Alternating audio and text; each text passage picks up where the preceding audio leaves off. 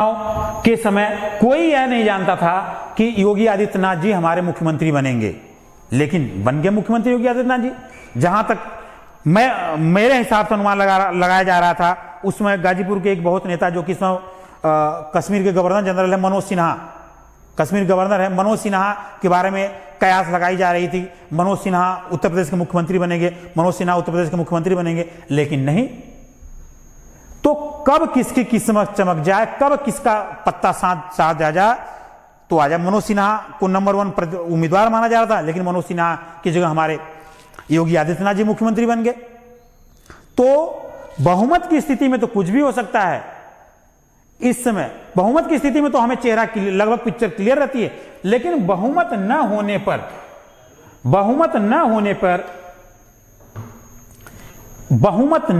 पर हमें मुख्यमंत्री का चेहरा कंफ्यूजन क्लियर नहीं होता है। हो सकता हो कोई नया ही चेहरा आ जाए। इन भाई मायावती, अखिलेश और योगी आदित्यनाथ के अलावा अभी तक तो हम यही कल्पना कर रहे हैं कि मायावती, अखिलेश और योगी आदित्यनाथ मुख्यमंत्री बनेंगे, इन्हीं में से कोई एक बनेगा। लेकिन हो सकता कोई नया चेहरा आ जाए, कोई उभरता हुआ कलाकार आ जाए और पहले ही फिल्म में उसकी फिल्म सुपर डुपर हिट हो जाए। लेकिन राजनीतिक कहा से कुछ नहीं कहा जाता, ऐसा भी हो सकता है कि भाई कोई नई पाली में आ जाए और बहुमत न स्थिति होने में उसने कहा हमको मंत्री बनाइए। तो उत्तर प्रदेश की विधानसभा सदस्य संख्या 403 है, हम इसको बता चुके हैं। राज्यपाल उसी दल के नेता को मुख्यमंत्री नियुक्त करेगा जिसका दल बहुमत होगा। अगला हमारा यह था, क्या होगा जब उत्तर प्रदेश में नहीं मिलेगा स्पष्ट बहुमत, यानी स्पष्ट बहुमत यानी 202 सीट पर विजय। अगर ऐसा नहीं होता है तो राज्यपाल सबसे बड़े दल को बहुमत सिद्ध करके सरकार बनाने का मौका देता है। राज्यपाल सबसे बड़े, जो राज्य का सबसे बड़ा दल होगा उसको बहुमत सिद्ध करके सरकार बनाने का मौका देगा। लेकिन यह हमेशा जरूरी नहीं होता है। यहीं पर आ जाता है एक पॉलिटिकल प्रोपेगेंडा। राज्यपाल का विवेकाधीन शक्तियां, राज्यपाल अपने विवेक के अनुसार किसी भी दल को सरकार बनाने के लिए बुला सकता है। कहने को तो संवैधानिक बड़ा ही भारी भरकम शब्द है कि राज्यपाल जिसको समझे सरकार बना सकता है, लेकिन इसमें इतना पक्षपात पिछले विगत कई वर्षों से हो रहा है कि इसी राज्यपाल की विवेकाधीन शक्तियां जो है यह लोकतंत्र की हत्या का कारण बन जाती हैं। लोकतंत्र की हत्या यहीं पर होती है, किसी भी बड़े दल को मौका न दे करके छोटे दल को राज्यपाल सरकार बनाने के लिए बुला लेता है। ऐसा कई राज्यों में हुआ है, ऐसा अभी कई राज्यों में हुआ है। अभी महाराष्ट्र की बात बता दे रहे हैं। महाराष्ट्र में बुला लिया गया जबकि उनको बहुमत का कोई मतलब ही नहीं था। देवेंद्र फडणवीस को मुख्यमंत्री की बकायदा शपथ भी दिला दी गई, क्योंकि हमारे यहां क्या है कि पहले मुख्यमंत्री की शपथ लेंगे उसके बाद बहुमत सिद्ध करेंगे। भाई मुख्यमंत्री बनने के बाद तो फिर तो हम अपने डंडे से सबको हाँकी देंगे। जो छोटे मोटे हमारे निर्दलीय विधायक हैं, जो बेचारे इतना चुनाव खर्चा करके मुख्यमंत्री विधानसभा का चुनाव जीते हुए हैं, अब उनको मंत्री पद का लालच मिलेगा तो काहे नहीं मुख्यमंत्री के साथ लग जाएंगे। उनके लिए तो लॉटरी लग जाएगी। देखिए किस्मत का खेल है भाई। स्पष्ट बहुमत नहीं मिलता है तो फिर जो हमारे निर्दलीय विधायक होते हैं और जो छोटे दल होते हैं उनकी तो चांदी लग जाती है। उनको तो खूब मौका मिलता है पैसे कमाने के लिए। और समझ लीजिए कि फिर तो समझ लीजिए कि गेस्ट हाउस बुक होते हैं, बसें बुक होती हैं, पूरे गेस्ट हाउस पूरा विधायक ही हाईजैक होने लगते हैं स्पष्ट बहुमत न होने की स्थिति में। अभी आपने सुना पूरे गेस्ट हाउस से पूरे 40 विधायक गायब हो गए हैं, कहीं गेस्ट हाउस में बुक हो रहे हैं। ये तो जैसे बचपन में हम विधायक, जब हमारे यहाँ बीडीसी का चुनाव होता था, बीडीसी का चुनाव हम देखते थे कि बीडीसी को गायब कर दिया गया, बीडीसी को किडनैप कर दिया गया। अब तो बीडीसी छोड़िए, अब तो विधायक ही किडनैप हो जा रहे हैं। स्पष्ट बहुमत यानी अगर ऐसा नहीं होता है तो राज्यपाल सबसे बड़े दल को बहुमत सिद्ध करके सरकार बनाने का मौका देती है। सबसे बड़े दल को मौका देने की बात संविधान में कहीं नहीं लिखा गया है, यह व्यवहारिक तौर पर किया जाता है। लेकिन पिछले कई राज्यों के बाद बहुमत पूर्ण न होने की स्थिति में राज्यपाल कम सीट प्राप्त को भी बहुमत सिद्ध करने का मौका देता है, जो कि एक विवाद का कारण रहा है। जैसे महाराष्ट्र चुनाव, कर्नाटक और महाराष्ट्र विधानसभा चुनाव इसके तत्कालीन उदाहरण है। क्षेत्रीय पार्टियां निभाएंगी महत्वपूर्ण रोल। क्षेत्रीय पार्टियां जो होती हैं, जो देखिए गठबंधन दो प्रकार के होते हैं। गठबंधन जो होता है ये दो प्रकार का होता है। एक होता है चुनाव से पहले गठबंधन कर लेना, जैसे चुनाव से पहले अभी गठबंधन की जा रही है, भारतीय जनता पार्टी निषाद पार्टी के साथ गठबंधन की है और अनुप्रिया पटेल की पार्टी जो अपना दल है उसके साथ गठबंधन की हुई है। ऐसे बहुत सी पार्टियां जिनके साथ गठबंधन की है। अखिलेश यादव समाजवादी पार्टी ने अपना दल की जो कृष्णा पटेल की पार्टी है उससे गठबंधन कर रखा है, भाजपा सुभाषपा ओम प्रकाश राजभर की जो पार्टी उससे गठबंधन कर रखा है। तो ये चुनाव से पहले वाले गठबंधन है, चुनाव से पहले वाले गठबंधन है। अब स्पष्ट बहुमत न होने पे चुनाव के बाद भी गठबंधन होते हैं। चुनाव के बाद गठबंधन की स्थिति में क्या होता है, फिर मोल भाव होता है, खरीद फरोख्त होता है। अब ऐसा भी नहीं है कि जो चुनाव से पहले जो भी राजनीतिक पार्टियां एक दूसरे से गठबंधन की हैं तो वह संवैधानिक तौर पे कोई भी उनके साथ समर्थन के लिए बॉन्ड नहीं है। चुनाव के बाद वह दूसरी पार्टी को भी जा सकती हैं। जैसे मान लीजिए कि ओम प्रकाश राजभर की पार्टी है, ओम प्रकाश राजभर की पार्टी है, अब वो सपा के साथ समाजवादी पार्टी के साथ चुनाव लड़ रही है। मान लीजिए चुनाव के बाद उनको कुछ सीट ज्यादा मिल गई, और उनके जो विधायक या कुछ सीट कम मिल गई, और दूसरा विपक्षी दल है उसको सरकार बनाने के लिए मात्र चंद विधायकों की जरूरत है, और वो चंद विधायक कहीं से भी टूट कर चले जाएंगे, किसी भी पार्टी से टूट कर चले जाएंगे। अभी बताऊंगा, कोई भी विधायक अपनी पार्टी को छोड़ करके नहीं जा सकता है, लेकिन कुछ ऐसी शर्तें हैं जहां पर वो छोड़ करके जा भी सकता है।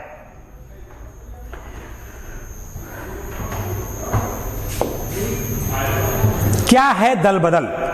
जो मंत्रियों के लिए, जो खरीद फरोख्त के लिए, विधायकों के खरीद फरोख्त के लिए, विधायकों की मंडी के लिए जो सबसे बड़ा जो प्रतिबंधित कानून है वह है दल बदल कानून। 1985 से पहले कोई भी पार्टी, कोई भी विधायक कहीं भी चला जाता था, बड़ा ही शर्मनाक स्थिति हो जाती थी लोकतंत्र के लिए कि बहुमत की संख्या लेने के बावजूद भी एक विधायक के लिए चिरौंजी करनी पड़ती थी। उसके पीछे मुख्यमंत्री को, प्रधानमंत्री को हाथ जोड़ करके घूमना पड़ता था, और एक विधायक जब भी चाहे तब पूरी सरकार को गिरा सकता था। लेकिन 1952 संविधान 1985 में राजनीतिक दलों के लिए दल परिवर्तन पर संबंधित प्रावधान किए गए। 1985 संविधान के 52वें संशोधन अधिनियम द्वारा अनुसूची में भी वर्णित किया गया है, उसमें एक दल बदल कानून बनाया गया, उसके लिए एक निश्चित प्रावधान किए गए। इन्हीं प्रावधानों के तहत कोई भी विधायक या सांसद एक अपने दल को छोड़कर किसी और दल में जा सकता है, इसके अलावा और कोई जा नहीं सकता है। यह दल बदल कानून ही इनके लिए एक, समझ लिए कि कुछ जो हमारे जो बरसाती मेढक विधायक होते हैं, जो कि केवल सरकार में ही जाना चाहते हैं, उनको सिर्फ होता है कि उनको सरकार के साथ ही रहना है, क्योंकि खूब सारा पैसा कमा के आए, खर्च करके आए हैं, खूब सारा पैसा कमाना है, तो उनके लिए तो बड़ी मुश्किल बात होगी। लेकिन बाद में भाई सरकार है, अपने पक्ष की सारी बातें करेंगी। बाद में 91 संविधान संशोधन अधिनियम 2003 में द्वारा यह संशोधन किया गया और विभाजन के उपरांत दल बदल करने वालों को अयोग्य नहीं माना गया। अब यहां पर देख लीजिए, यहां पर बड़ी ही बुद्धिमानी से एक दल बदल कानून बनाया गया। मान लीजिए कि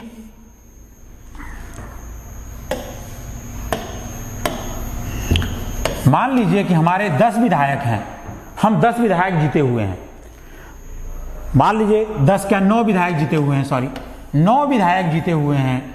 तो इस 9 विधायक में से कोई भी सिंगल विधायक अगर वह हमारी पार्टी को छोड़ करके कहीं पे जाता है तो संवैधानिक प्रावधानों के अनुसार इसकी सदस्यता रद्द कर दी जाएगी। इस विधायक की सदस्यता रद्द कर दी जाएगी, वह किसी योग्य नहीं बचेगा। लेकिन जब ये नियम आ गया, 91 संशोधन अधिनियम में आ गया, ये 9 में से 1/3, एक तिहाई लोग यानी 3 लोग इस दल को छोड़ करके, 3 लोग इस दल को छोड़ करके एक नया दल बनाते हैं।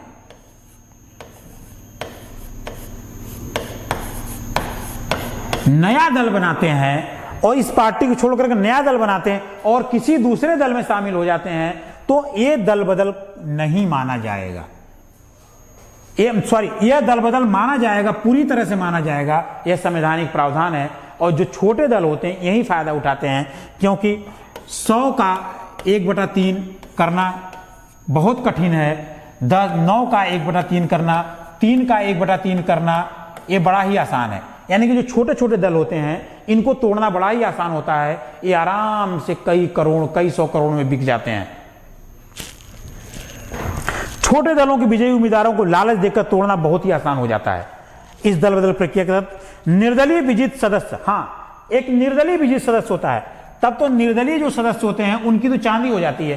वो तो चुनाव से पहले ना ही कोई गठबंधन किया है, ना ही चुनाव के बाद कोई गठबंधन करेंगे, तो भैया वो तो उनकी तो चांदी हो गई। अगर बहुमत की स्थिति में मान लीजिए कि 195 आ गया, अब बहुमत के लिए हमको चाहिए 7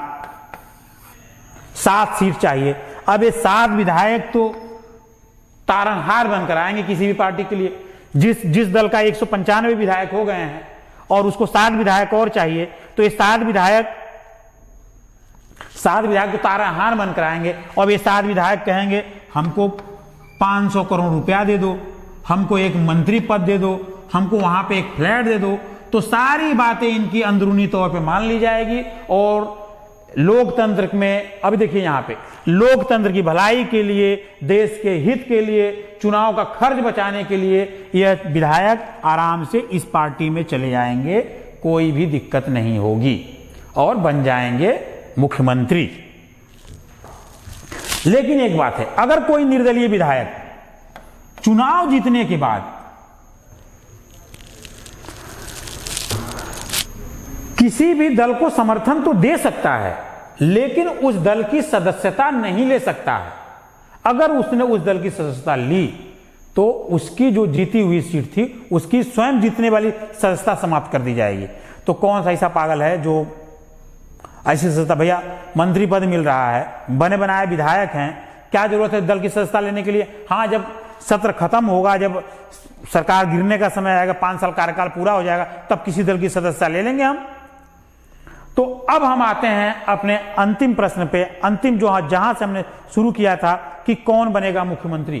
तो हमारे सामने इस मुख्यमंत्री बनने के जो चेहरे हैं वह है 3। जो हमारे सामने मुख्यमंत्री बनने के चेहरे हैं वह है 3, माननीय योगी आदित्यनाथ, मायावती जी और अखिलेश यादव जी। इन तीनों के अलावा कोई भी मुख्यमंत्री बन सकता है। यह कहना इन तीनों के अलावा कोई भी मुख्यमंत्री बन सकता है तो यह भी संभव है। मान लीजिए एक छोटा सा एग्जाम्पल बता रहे हैं कि मान लीजिए कि योगी आदित्यनाथ की जो सरकार है इनको पूर्ण बहुमत नहीं मिलता है, इनको पूर्ण बहुमत नहीं मिलता है, या अखिलेश की सरकार है, इनको पूर्ण बहुमत नहीं मिलता है। उस स्थिति में कोई क्षेत्रीय पार्टी होती है, वो कहती है कि हम आपको समर्थन देंगे, लेकिन आप मुख्यमंत्री का चेहरा बदल दीजिए।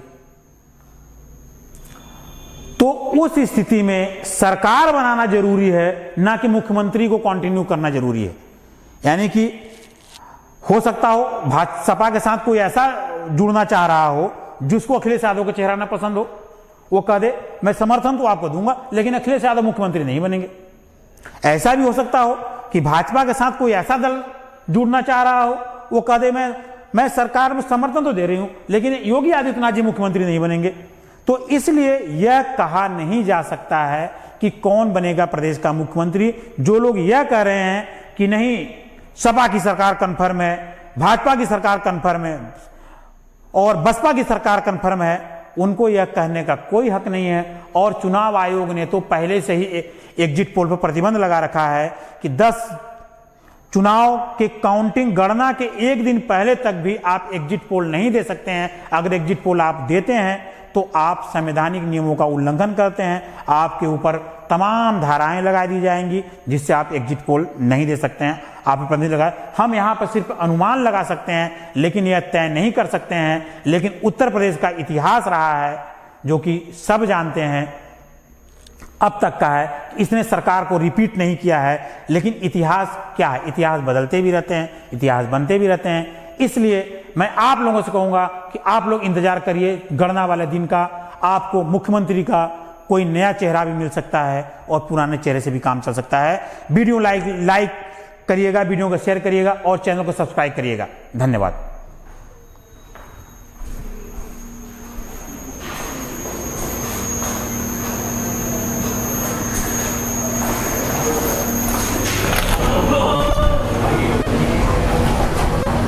दीपक, अरे उसको बंद करिए। नवीन सर उसको बंद करिए।